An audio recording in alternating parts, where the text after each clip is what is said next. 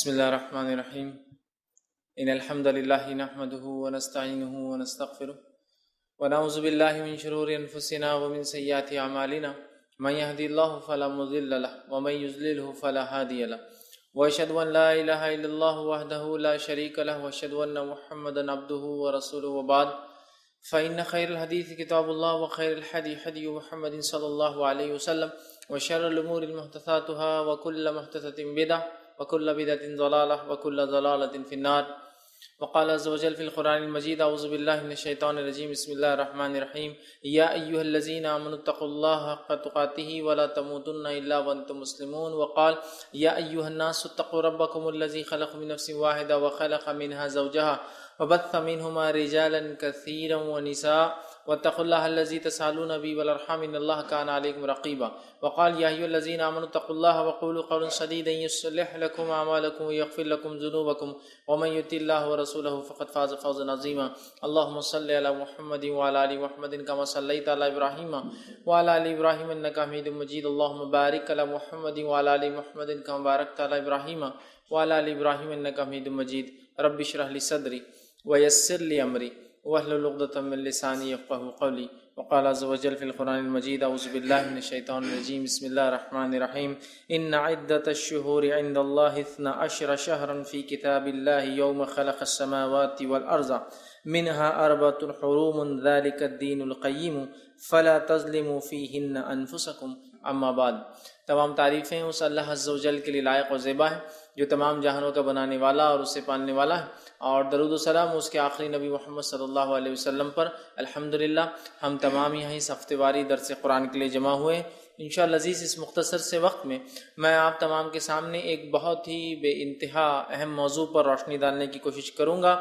یہ وہ ٹاپک ہے جس کے تعلق سے ہم سب سنتے ہیں کئی زمانے سے کہ جو ہے اللہ رب العزت نے 4 مہینوں کو محترم بنایا ہے تو یہ محترم مہینے کون سے ہیں اور بالخصوص اس میں آج جو میرا عنوان ہوگا وہ ہے ذی الحجہ اس مہینے کے فضائل ان ذی الحجہ کے فضائل میں انشاءاللہ عزیز میں آپ کے سامنے اس مہینے کے فضائل اور بالخصوص اس مہینے کے ابتدائی 10 دنوں کے فضائل بھی رکھنے کی کوشش کروں گا یوں تو ذی الحجہ جو یہ مہینہ ہے اس کے بہت سارے فضائل اللہ کی کتاب میں اور نبی اکرم صلی اللہ علیہ وسلم نے احادیث کے اندر اس کے فضائل بتائے ہیں انشاءاللہ عزیز ان فضائل میں سے میں آج انشاءاللہ آپ کے سامنے چند جو ہے فضائل رکھنے کی کوشش کروں گا سب سے پہلی چیز تو یہ کہ سارے ہی دن اللہ کی طرف سے سارے مہینے اللہ کی طرف سے ساری گھڑیاں جو اللہ نے بنائی وہ اللہ کی طرف سے اس میں ایسی کوئی دو رائے نہیں ہے کہ کچھ گھڑیاں اللہ نے بنائی اور وہ مخصوص ہے ٹھیک ہے یہ الگ بات ہے کہ اللہ رب العزت نے کچھ گھڑیوں کو اپنے فضل سے مخصوص کر دیا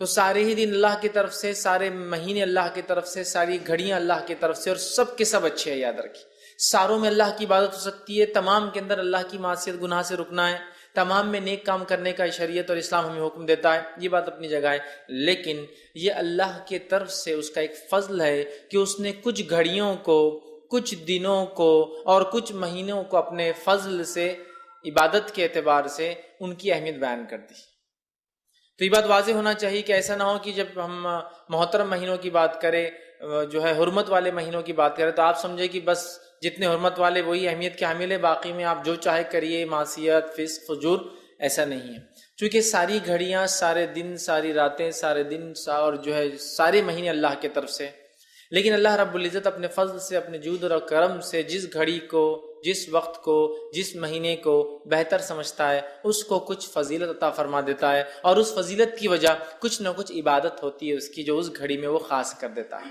ٹھیک ہے تو اسی طرح اللہ رب العزت نے 4 مہینوں کو حرمت والا بنایا ہے جس طرح سے ہفتے میں دن کے اعتبار سے جمعے کو جو ہے خاص اہمیت دی گئی ہے اسی طرح گھڑیوں میں وقت میں دعا کی قبولیت کے اعتبار سے رات کے آخری پہر تہجد کے وقت یا سحر کے وقت کو اہمیت حاصل ہے کہ اللہ رب العزت پہلے آسمان پہ نزول کرتا ہے تو یہ گھڑی کی اہمیت ہوئی یہ جمعہ دن کی اہمیت ہوئی اسی طرح ایک مہینے بھی کچھ اللہ رب العزت نے منتخب کیے اور اللہ رب العزت نے اس کچھ فضائل کچھ باتیں ایسی بتائی ہے جن باتوں کی وجہ سے یہ مہینہ محترم ہو جاتا ہے یاد رکھیے وہ مہینہ محترم ہو جاتا ہے یاد رکھیں ٹھیک ہے تو اللہ رب العزت نے قرآن میں سورہ جو ہے توبہ سورہ نمبر 9 آیت نمبر 36 میں جو میں نے آپ کے سامنے تلاوت کی خطبے کے بعد اللہ نے فرمایا ان عدۃ الشہور عند اللہ 12 شہرا فی کتاب اللہ، کہ اللہ فرماتا ہے کہ اللہ کے نزدیک مہینوں کی گنتی 12 ہے.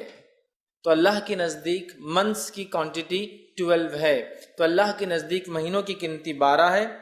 اللہ کی کتاب میں اللہ نے جس میں بیان کر دیا. اور یہ چیز آج سے نہیں، اللہ فرماتا ہے یوم خلق السماوات والارض، اللہ نے جب سے آسمان اور زمین کو بنایا تب سے اللہ کے نزدیک مہینوں کی گنتی 12 ہے، 12 ہے، یاد رکھیے. پھر آگے فرمایا اور کہا منہا اربعۃ حرم، اور ان 12 مہینوں میں سے 4 مہینے 4 منتھ جو ہے حرمت والے ہیں، حرمت والے ہیں. ٹھیک ہے، حرمت والے کا کیا معنی ہے؟ حرمت والوں کا یہ معنی ہے کہ اس مہینے میں انسان اللہ کی خوب عبادت کرے، ٹھیک ہے، اس کی معصیت اور گناہ سے رکا رہے، جنگ اور جدال خاص طور سے جہاد کا ابتدا شروعات نہ کرے. ہاں، کوئی اگر لڑنے آئے تو دفاع میں جواب دیا جا سکتا ہے، جنگ کی شروعات نہیں ہوں گی، معصیت اور گناہ کے کام سے بچتے رہیں گے اور نیکی میں اضافہ کریں گے. یہ معنی ہے محترم یہ حرمت والے مہینے کا. ٹھیک ہے، تو کہا ان مہینوں میں 4 مہینے حرمت والے ہیں. آگے فرمایا ذالک الدین القیم، اور یہی صحیح سلامت اور سیدھا اور قائم دین ہے. فلا تظلموا فیہن انفسکم، تو ان 4 مہینوں میں اے لوگو اپنی نفس پر ظلم مت کیا کرو. ظلم کس طرح سے؟ گناہ کر کے، معصیت کر کے، جنگ جدال کی ابتدا کر کے. تو ان مہینوں کا خاص ہمیں خیال رکھنا ہے. اور وہ کتنے مہینے؟ خاص طور سے 4 مہینے. وہ کون کون سے مہینے؟ صحیح بخاری کی روایت ہے، نبی اکرم صلی اللہ علیہ وسلم فرمایا کہا سال 12 مہینے کا ہے اور اس میں 4 مہینے حرمت والے ہیں. آپ سن فرما رہے ہیں سال 12 مہینے کا ہے، اس میں 4 مہینے حرمت والے ہیں. اور پھر فرمایا 3 تو وہ جو ایک کے بعد ایک آتے ہیں، 3 تو وہ جو ایک کے بعد ایک آتے ہیں. کون کون سے 3 جو ایک ساتھ آتے ہیں؟ ذوالقعدہ، ذوالحجہ اور محرم. یہ تینوں ایک کے بعد پے در پے جس کو بولیں گے، ون آفٹر انادر ایک آتا ہے. ذوالقعدہ شروع ہوتا ہے، ذوالحجہ اور محرم، مطلب 3 حرمت والے مہینے اٹیچ ہے ایک دوسرے سے. اور پھر فرمایا ایک وہ جو بیچ میں آتا ہے، اور اس سے مراد جو آپ نے حدیث میں فرمایا رجب ہے، الفاظ کے ساتھ بیان کی. تو 4 مہینے حرمت والے ہیں، ذوالقعدہ، ذوالحجہ، محرم، رجب. 4 مہینے یاد رکھیے یہ حرمت والے. ان مہینوں میں جنگ کی ابتدا مسلمان نہیں کریں گے، ظلم اپنی نفس پہ نہیں کریں گے گناہ کر کے، اسی طرح نیکیوں میں اضافہ کریں گے. اور کچھ مہینوں میں تو مخصوص ایام میں کیا نیکیاں کرنا ہے وہ بھی بتا دیا گیا ہے، یاد رکھیے. ٹھیک ہے، تو 4 مہینے یاد رکھیے یہ حرمت والے ہیں. اور یہ آج سے نہیں، جب سے اللہ نے زمین و آسمان کو پیدا کیا ہے، یاد رکھیے. اور ان مہینوں کے اندر ایک مہینہ ہے وہ ہے ذوالحجہ، جس کے بارے میں کچھ باتیں آج میں آپ کے سامنے رکھنے کی کوشش کروں گا کہ ذوالحجہ یہ مہینہ کیا ہے، اس کے فضائل کیا ہے اور اس کے فوائد کیا ہے، تاکہ جب یہ مہینہ ہمیں اپنی زندگی میں ملے تو اس مہینے کا ہم صحیح سے فائدہ اٹھا سکے. یاد رکھیں. ٹھیک، تو ذوالحجہ یہ قمری کیلنڈر کا، مطلب ہم چونکہ لونار کیلنڈر سے چلتے ہیں، سولار نہیں، تو قمری کیلنڈر کا یہ 12واں مہینہ ہوتا ہے. ویسے شروعات محرم سے ہوتی ہے، لیکن یہ سنت سے ثابت نہیں ہے کہ ہم محرم سے شروعات کریں. یہ الگ بات ہے کہ اس کی ضرورت تھی. عمر ابن خطاب رضی اللہ عنہ کا زمانہ تھا، 17 ہجری تھی، اور عمر ابن خطاب رضی اللہ عنہ کے سامنے ایک مسئلہ پیش آیا. کیا مسئلہ پیش آیا؟ لوگ آئے اور کہا اے امیر المومنین، ہم لوگ اکاؤنٹنگ کرتے ہیں، حساب کتاب کرتے ہیں. پرابلم یہ ہے اکاؤنٹس کے اندر کہ اکاؤنٹس کی ڈیٹ شروعات کیا لی جائے، سٹارٹ کیا ہو. مطلب ہمارے اکاؤنٹ شروع ہو کر کس چیز کو ہم فرسٹ مانے اور کس کو لاسٹ مانے. تو امیر المومنین عمر ابن خطاب نے کہا کہ کوئی نہ کوئی تاریخ یا مہینہ تو طے کیا جائے. تو آپ نے یہ سوچا، نبی اکرم صلی اللہ علیہ وسلم ذوالحجہ کا مہینہ تھا جب آپ ہجرت کر کے نکلے تھے، لیکن جب آپ مدینہ پہنچے تو وہ محرم کی پہلی تاریخ تھی. تو کیوں نہ محرم کو ہی ہم پہلا مہینہ کاؤنٹ کر لیں، تاکہ اکاؤنٹس میں، آڈٹس میں، حساب و کتاب میں، حکومتی کام کاج میں سہولت ہو کہ سال کہاں سے شروع اور کہاں اینڈ ہو.